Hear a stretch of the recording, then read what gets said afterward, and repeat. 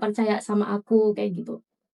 Saat itu ya beliau tidak mengaku beliau bersalah, justru memutarbalikkan fakta bahwa aku yang bersalah.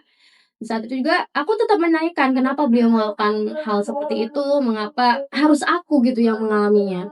Tapi beliau berganti-ganti topik ya, seakan-akan beliau tidak melakukan hal tersebut. Aku pikir ketika aku pulang di rumah, aku merasa kotor, aku merasa aku kayak gak berguna lagi gitu. Karena baru ditinggal sama mbah, orang yang aku sayang gitu. Tiba-tiba mengalami hal seperti itu sangat mengguncang mental sekali. Aku pikir gak akan ada yang bantu aku di saat itu. Dan pada akhirnya aku cerita sama tanteku dan tanteku menjadi perantara untuk cerita ke ayah bundaku. Situ jelas seorang hati orang tua, meskipun mereka terkadang tuh gengsi mengucapkan rasa cintanya kepada anak mereka, tapi satu orang tua aku sangat berjuang sekali, berjuang sekali mendapatkan keadilan untuk aku, terutama aku sudah sangat trauma dengan hal itu ya teman-teman. Sedih so. Nah, aku benar-benar yang hilang pupus harapan, kayak aku bisa nggak ya menggapai cita-citaku, menggapai passionku kayak gitu. Saat itu aku dibantu sama salah satu guruku, beliau Pak Agus Nawawi. Makasih Pak Agus. Makasih Pak Agus. Aku sampaikan di sini. Aku sedih banget. Karena beliau yang bantu aku sampai di mana aku bisa pindah sekolah, aku bisa merasa nyaman, aku nemuin hal baru, aku menerima lingkungan baru yang menerima aku gitu. Awalnya aku merasa malu banget, aku bingung harus gimana, ada nggak yang menerima aku, sedangkan di saat itu banyak banget tudingan yang mengarah ke aku, padahal aku korban di situ. Bahkan beberapa oknum pihak sekolah juga nyalain aku karena opini dari guru tersebut. Pada akhirnya alhamdulillah dari hal itu beliau awalnya tidak mau mengakui kesalahan dan akhirnya dikeluarkan dari sekolah tersebut. Tapi ya gitu ya, namanya trauma nggak bisa yang semudah itu ya. Ya gitu sih. Sedih banget, maaf ya teman-teman. Nggak apa-apa. Inspirasi banget sih. Iya. Kamu berani ngomong aja, kamu udah hebat ya. Hebat banget. Kamu keren. Kalau dari Sahabati mungkin ada pengalaman terkait toxic relationship, karena kan tadi bahwasanya Sahabati Clarita sudah mengungkapkan terkait child grooming, di mana child grooming itu kan terjadi di saat adanya pelecehan seksual di bawah umur, di mana yang lawan kita itu lebih tua, lebih dewasa dari kita. Mungkin dari Sahabati bisa menceritakan tentang toxic relationship, di mana kan toxic relationship ini sebaya dengan kita gitu, seumuran gitu. Kalau untuk toxic relationship itu tadi ya Kak, itu bukan dari pengalaman pribadi aku sih, tapi dari pengalaman pribadi teman aku. Nah, kejadian itu tuh terjadi saat dia SMA. Ya, mereka awalnya memang seperti orang biasa, pacaran, terus jalan, makan bareng, belajar bareng, terus kayak kompak. Nah, si cewek itu tadi, temanku itu belum menyadari kalau hubungan dia itu toxic. Berjalannya waktu sampai akhirnya dia itu masuk dalam dunia perkuliahan. Si cowok ini beranggapan kalau kita ini udah dewasa loh, kita ini udah pacaran lama, masa kita cuma kayak gini-gini aja sih, kayak stuck pacarnya tuh gini-gini doang gitu. Nah, si cowok mengarahlah ke arah atau ke hal-hal yang sekiranya itu mengarah ke hal seksual seperti itu. Si cowok jelas kayak ayo gini, selalu memaksa, entah dari chat, video call, atau apapun itu. Terus kadang itu sampai, kamu kalau nggak mau itu kita putus aja lah gitu. Lah akhirnya si cewek temanku ada ancaman, betul sekali. Terus si cewek kayak cerita, dia mulai cerita sama aku kayak, hubunganku ini kayaknya udah toksik deh, kayak ini tuh udah nggak sebatas cuman pacaran doang, udah ngelewatin batas gitu loh. Terus akhirnya dia cerita gini-gini, terus aku nyaranin dia ke kayak kamu mending ke konselor atau orang yang sekiranya kamu percaya deh. Tapi alhamdulillahnya dia sadar, terus kemudian dia kayak udah sampai sini aja.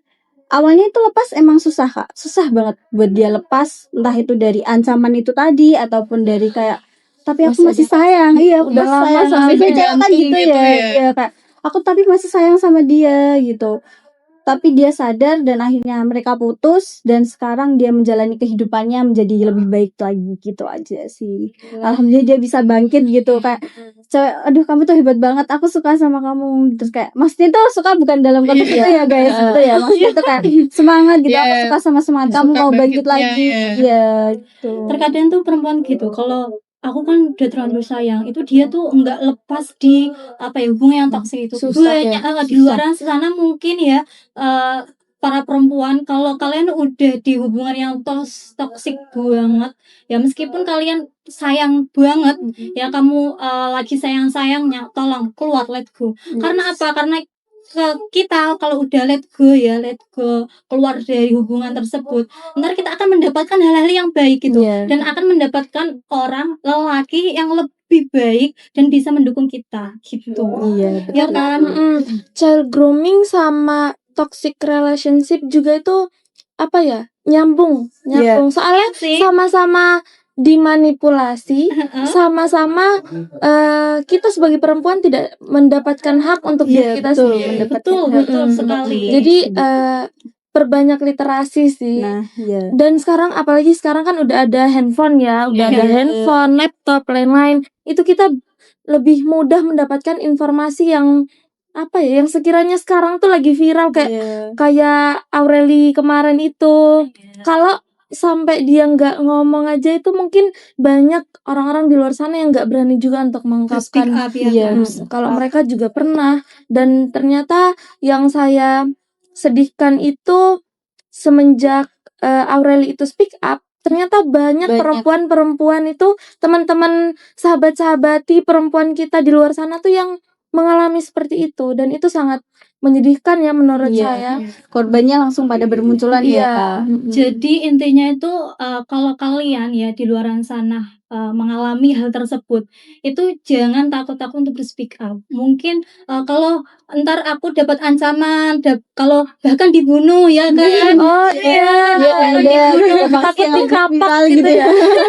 Takut dikapak. Nah itu boleh berspeak up, tidak langsung keluar semuanya enggak, tapi kita mencari orang yang mempunyai power di situ, sepertinya Pak Agus seperti itu kan, dia punya power di situ. Nah kita bisa cerita sama orang tersebut biar kita dibantu. Nah diam itu bukan solusi.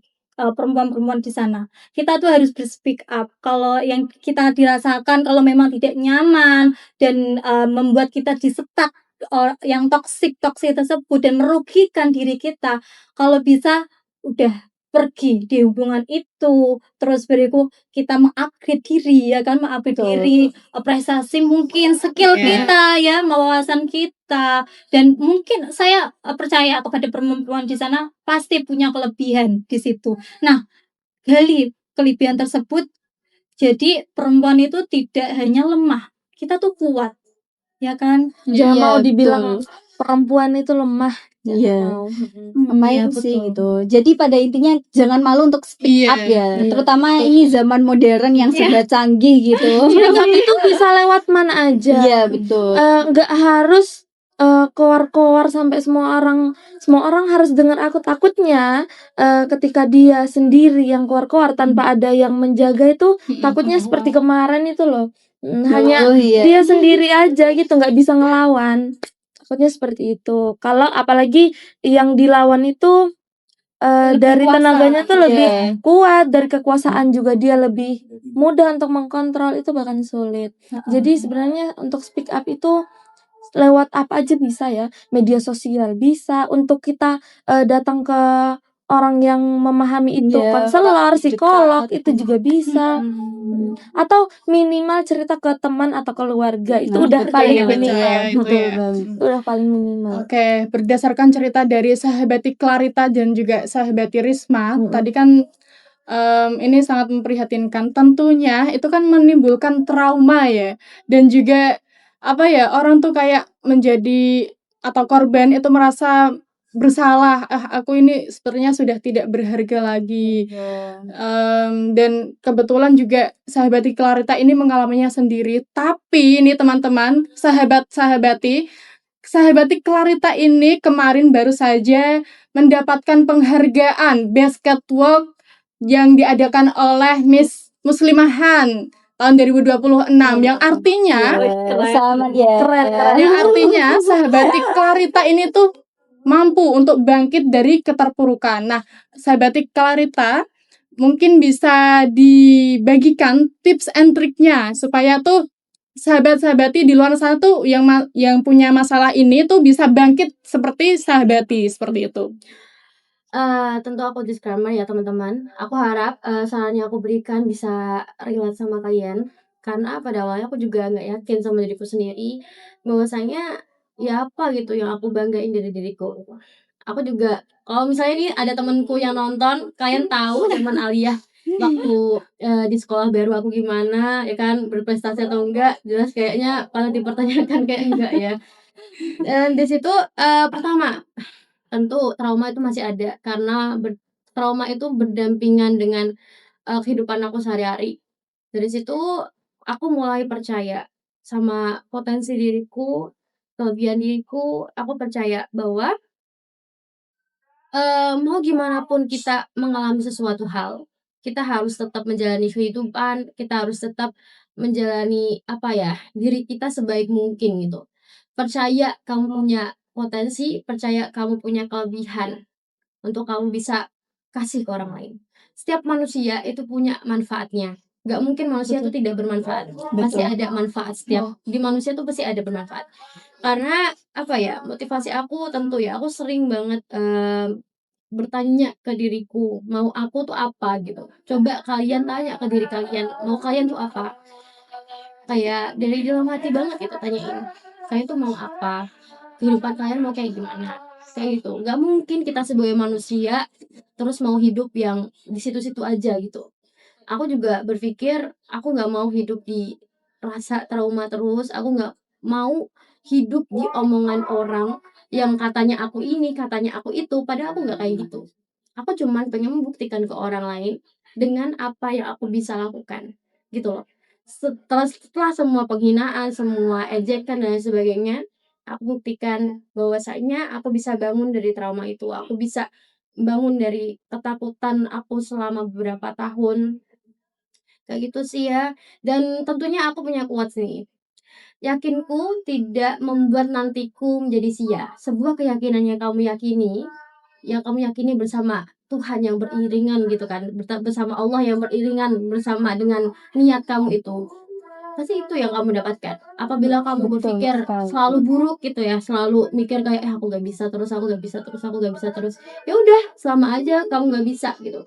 Bukan kamu yang gak bisa, tapi terkadang ada manusia yang malas untuk melakukan apapun itu gitu loh. Jadi apapun usahanya, apapun keinginannya harus dibarengi dengan keyakinan sama Allah dan juga usahanya, jalannya. Gak apa-apa kita gagal terus, itu gak apa-apa. Udah, intinya kita sebagai manusia, sebagai perempuan khususnya ya, kita tuh bisa setara sama kaum pria gitu loh.